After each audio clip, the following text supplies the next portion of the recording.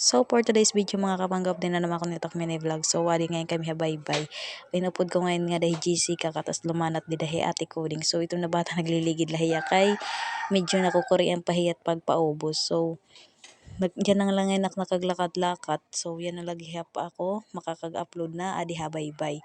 So updilaan na ako niyo. So kuan ngayon dida very good as in na mataog katapos umabot ngayon dida hirati amilin kahon ako maglalakat-lakat gyapera kay lumanat man hiraamon katapos sa dingan ni Jessica nakabilinghan mulayan.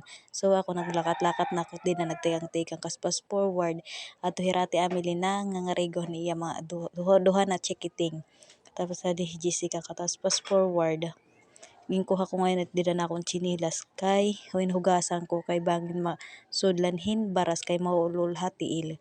Katapos nga na ngayon ako magihan may lubi.